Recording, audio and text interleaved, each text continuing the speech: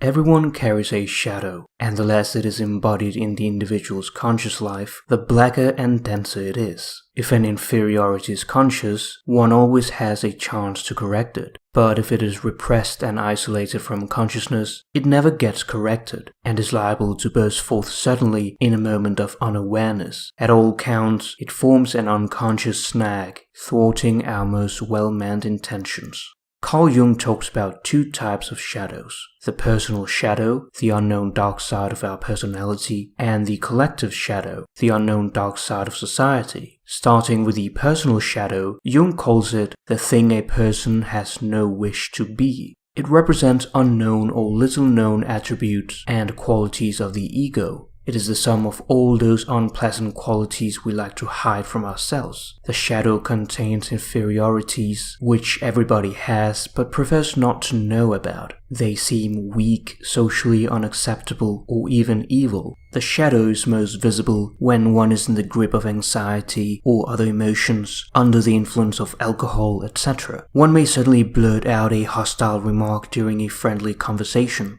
When we do not want to assimilate what we despise, we project it onto others. It is possible for one to be acquainted with one's shadow and be partly conscious of it, that is, under ego control. Many people, however, refuse to recognize their shadow so completely that the ego is not even aware of shadow behavior and thus has no possibility of commanding it. Under these conditions, the shadow is autonomous and may express itself in inexplicable moods, irritability, and cruelty. Throughout his writing, Jung refers to the importance of developing awareness of the shadow in psychotherapy and its projections in the individual's life. Although the shadow is usually perceived as negative, it can also be positive. In fact, exploring our shadow gives us access to many positive qualities. Jung writes that the shadow displays a number of good qualities, such as normal instincts, appropriate reactions, realistic insights, creative impulses, etc.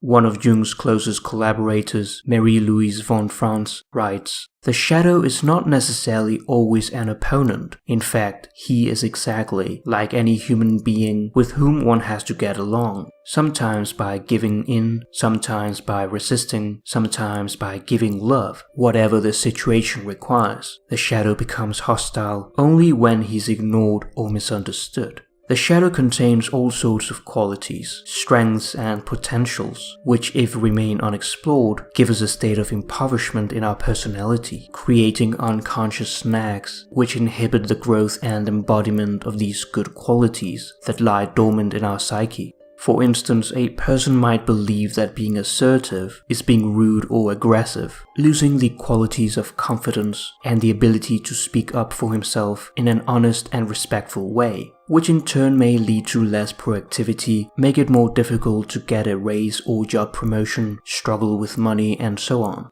So, when a person encounters an assertive person, deep down he feels resentment and guilt, which makes his shadow blacker and denser. These valuable aspects ought to be assimilated into actual experience and not repressed. It is up to the ego to give up its pride.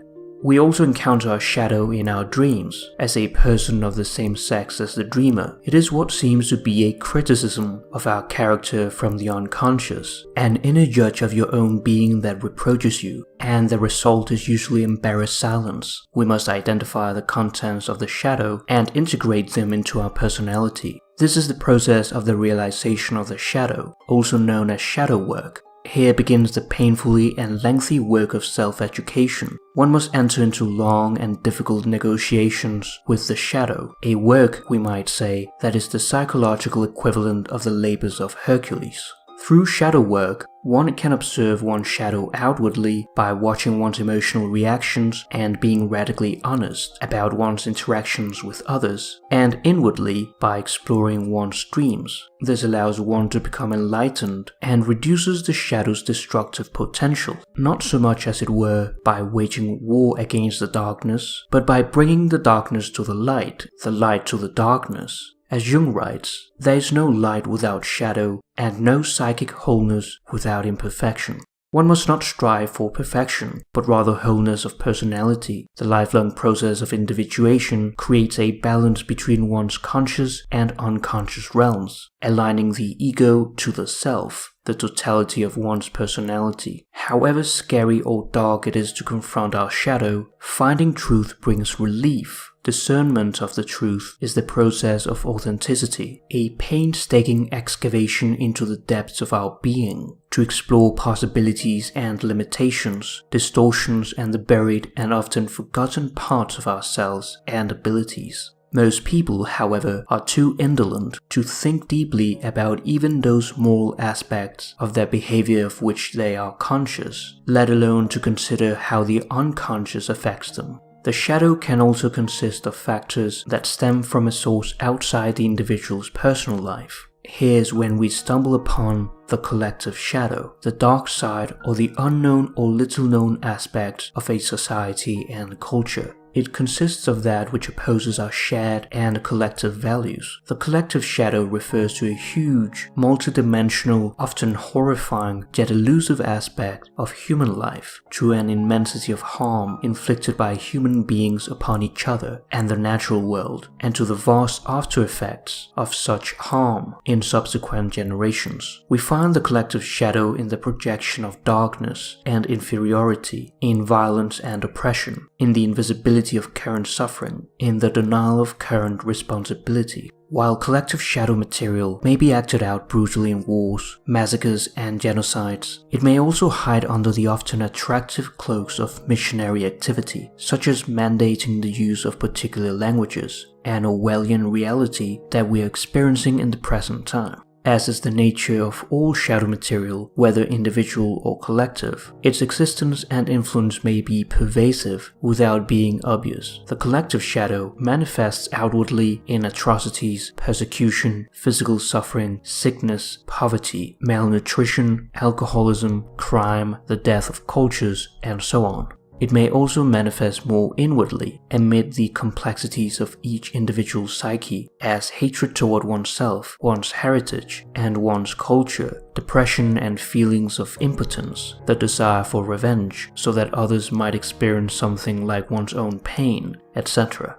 The collective shadow is what has historically been labeled evil. In the Christian tradition, it would be the devil, and someone who's possessed by the devil loses his human quality and acquires a demonic nature. Our primary response to evil, for Jung, must be the quest for self-knowledge, for wholeness, which presumes the assimilation of shadow material.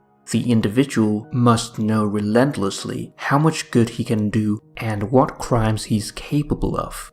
When there is an issue known in a particular society, it can be called a shadow issue if there is evidence of denial, projection, and a lack of taking individual and collective responsibility. Therefore, taking responsibility morally, politically, and spiritually is particularly crucial. The courage with which we bear our darkness frees others from having to carry it for us. For instance, to respond to examples of massive historical suffering, wars, genocide, holocausts, pervasive oppression, etc., the effects of which persist. As human beings, we have much to learn in that regard. Denial, often connected with a wish to get on with things and put the past behind us, seems the most common approach and usually the first reaction. There are and have been many attempts to deal with difficult, painful pasts through public apologies for supporting atrocities, repentance, reparation payments after wars, pilgrimages to places of great suffering, etc. But how do we deal with the past in such a way that the integration of the shadow occurs deeply and broadly within a population rather than simply at a symbolic level through leaders or policies? Remembering and speaking what often seems unspeakable is inevitably a painful process for victims and perpetrators, bystanders and witnesses. Any such process can only be regarded as successful or reasonably complete once the pain, outrage, betrayal, suffering, and all other feelings have been voiced and heard, and once responsibility has been taken. Truth-telling is both the most desirable and the most feasible way to grapple with a difficult past.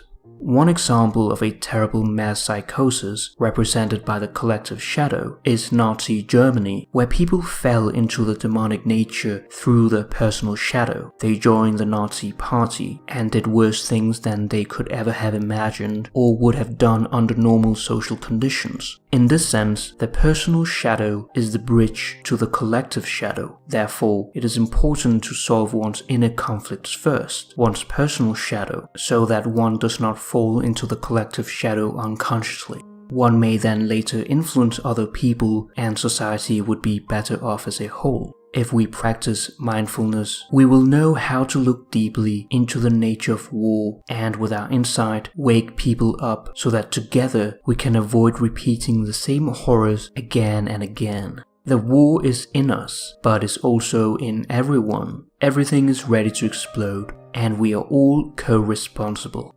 To summarize, we must first acknowledge our personal shadow and enter into long and difficult negotiations with it, being honest with ourselves and our interactions with others, watching our emotional reactions and exploring our dreams, in order to not become passive victims of our shadow and of our unconscious projections, allowing us to rescue the good qualities that lie dormant within us, which improves our lives and the lives of those around us. We can then be consciously aware of the collective shadow and not fall prey to it, and take responsibility to address the denial of important issues and the lack of individual and collective initiative. The courage of bearing our darkness brings relief to others, as telling the truth is the most desirable way to deal with a difficult past, rather than dismissing the atrocities and having the shadow grow blacker until it can grow no more, and thus history repeats itself.